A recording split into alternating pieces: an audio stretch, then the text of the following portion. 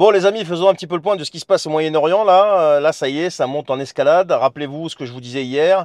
Hier j'émettais des hypothèses, j'émettais des questionnements.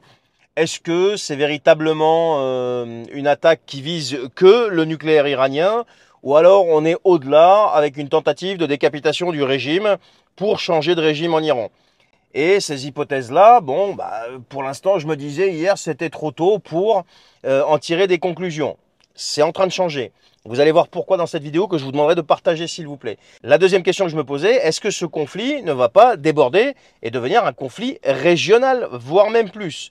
Là aussi, c'est en train de se vérifier et vous allez voir pourquoi. Tout d'abord, on va parler de l'aspect changement de régime ou nucléaire. Les choses sont en train de se préciser de plus en plus et vont de plus en plus vers la direction d'un changement de régime en Iran. Pourquoi je vous dis ça? Je vous dis ça parce que déjà les médias israéliens nous annoncent, donc selon un responsable de l'armée de l'air, qu'il y a des symboles du pouvoir, je cite, en Iran, des quartiers généraux et des commandants figurant dans notre banque de cibles. Fin de citation. Autrement dit, on a Israël qui est en train d'élargir officiellement ses objectifs militaires. Et donc, ce ne sont plus seulement des bases ou des installations stratégiques qui sont visées, ce sont désormais les centres de commandement, les dirigeants et les piliers du régime de Khamenei qui sont directement ciblés. C'est un message qui est totalement limpide là. C'est toute la structure du pouvoir iranien qui est directement ciblée. Alors ça, c'est pour la première chose, qui nous amène vers une volonté de changement de régime. On a une autre annonce, puisque les annonces se succèdent, ça n'arrête pas, et c'est une annonce qui confirme quand même qu'il y a une montée en intensité, mais sans précédent. Pourquoi? Parce que l'armée israélienne a déclaré, là, il y a 5 minutes, là, avoir éliminé le chef du renseignement des forces armées iraniennes, le commandant des missiles sol-sol du corps des gardiens de la Révolution et plus de 20 hauts commandants militaires iraniens. Et côté iranien, vous avez le chef de la police de sécurité publique de la province de Hamadan. Un autre officier également ont été tués dans la ville d'Assadabad après une attaque par drone. On est sur un ciblage clair des têtes du régime qui est assumé maintenant. C'est plus une histoire que de centrales nucléaires, de centrifugeuses ou je sais pas quoi. Non, non. On cible les têtes du régime, les personnes les plus importantes de manière assumée et systématique.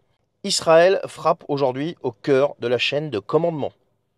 Et ils viennent de vous expliquer qu'ils ont une banque de cibles de dirigeants. Et en quelques heures, juste en quelques heures, l'Iran vient de perdre une génération entière d'officiers de haut rang.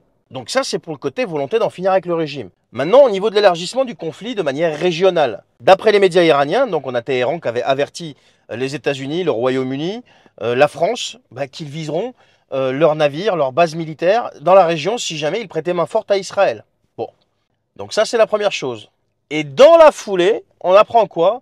Que l'Arabie Saoudite semble entrer militairement dans le jeu aux côtés d'Israël. Pourquoi je vous dis ça? Parce que des avions de chasse saoudiens patrouillent actuellement à la frontière avec le Yémen. Alors vous allez me dire ça c'est pas nouveau, oui, mais ils sont prêts là cette fois-ci à intercepter les tirs de projectiles lancés par les Houthis en direction de l'État hébreu. Voilà, et ça c'est selon plusieurs sources concordantes que rapporte Reuters. Et il faut comprendre aussi une chose, c'est que le Pakistan, puissance nucléaire, a annoncé également aujourd'hui qu'il prêterait main forte aussi à l'Iran. On est dans un basculement stratégique majeur, les amis.